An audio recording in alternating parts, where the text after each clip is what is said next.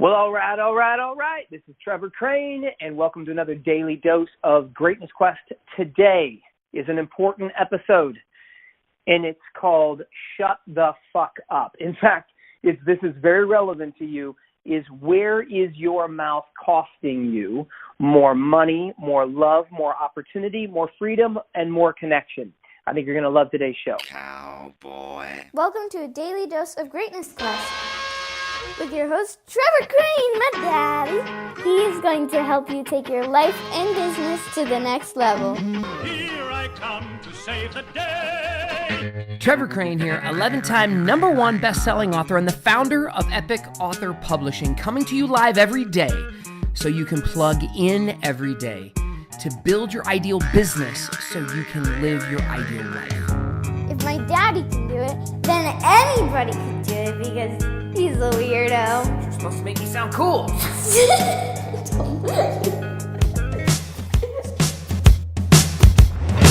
So here's the thing. Our mouths, your mouth, costs you money. It costs you opportunity every single day. So that's why today's episode is called Shut the Fuck Up, because we all need to remember this, this call to action. As I have grown older and wiser, or maybe dumber in some ways, but definitely as I have grown in my maturity and in my ability to better interact with my clients and with my wife, I have learned that sometimes the smartest thing I can do is to shut the hell up. And just recently, I got a phone call from one of my previous clients who has invested in our Epic Author Academy, which is an online program to help people write books and publish books and make a lot of money with them.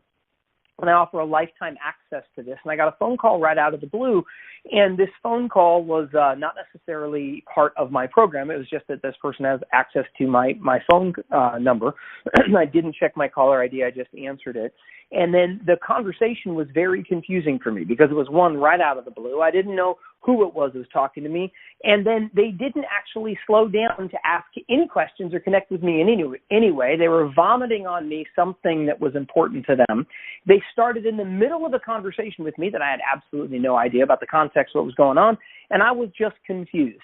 And then a little bit of frustrated and a little bit busy with whatever the hell I was doing because I wasn't asked permission to go ahead and talk about subject matter that I didn't have any understanding to. And I kept thinking, this is a person actually, once I realized who the hell it was, because I had to mute my phone and go back and kind of look and figure out who this was to think, because I wasn't even given a breath to think.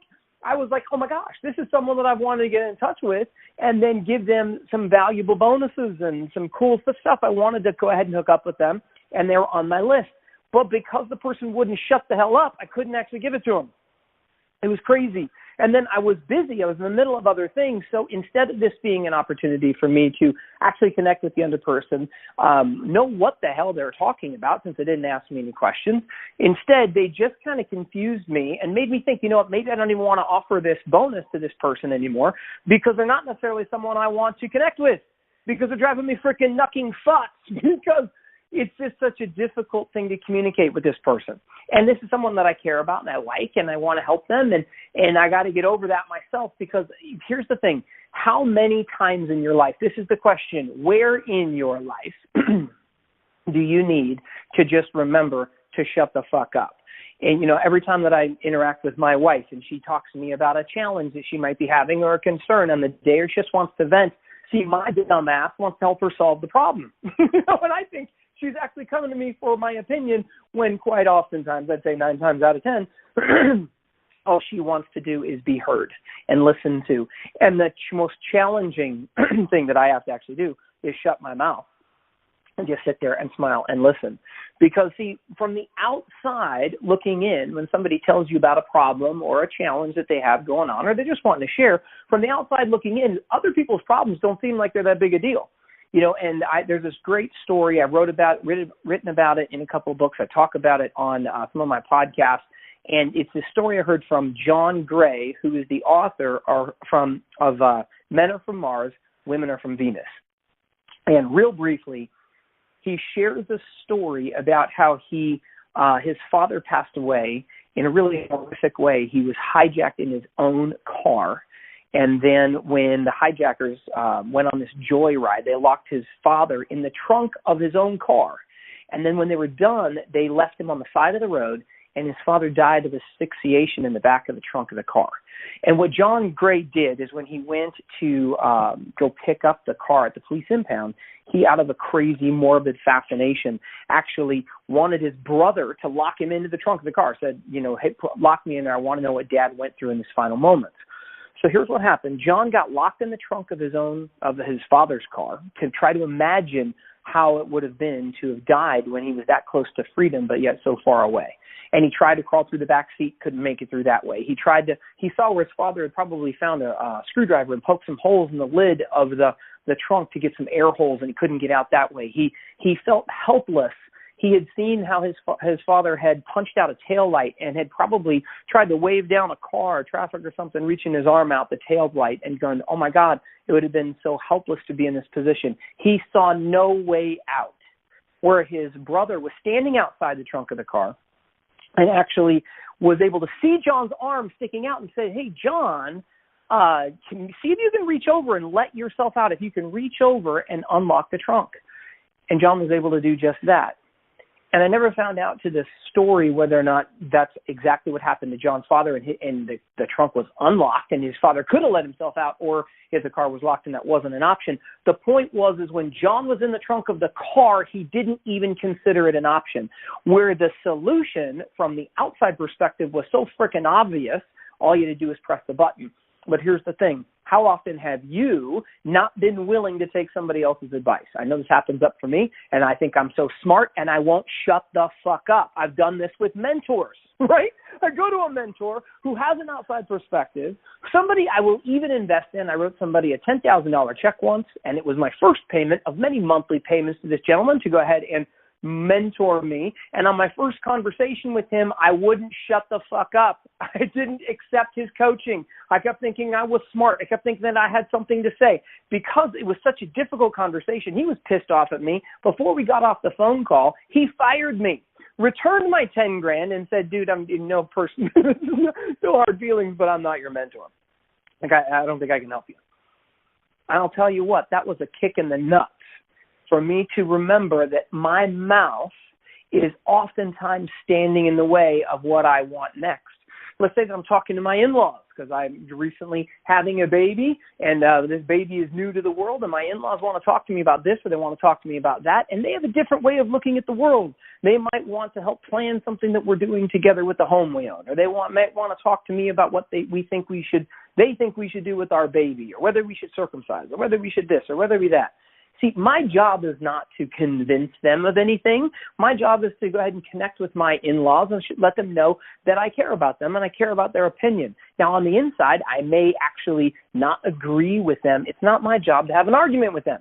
So one of the things I have had to learn how to do, it doesn't matter if it's my mom calling me, it doesn't matter if it's a client calling me, if it's my wife I'm talking to, if there's a human that I'm in the process of trying to influence and connect with and communicate with, oftentimes, the smartest thing I can do is shut the fuck up. So here's again is my question to you.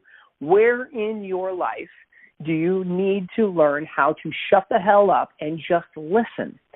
See, my wife and I have also taught a bunch of programs and seminars and trainings on influence in sales. We have an event called Sales Mastery and another program called Advanced Sales Mastery. And people would come to these live events, and a common question that people would ask in sales is, hey, Trevor, what is it that I got to say to get people to buy my stuff, to buy my thing, to buy my program, whatever it is? What do I got to say? What do I got to say?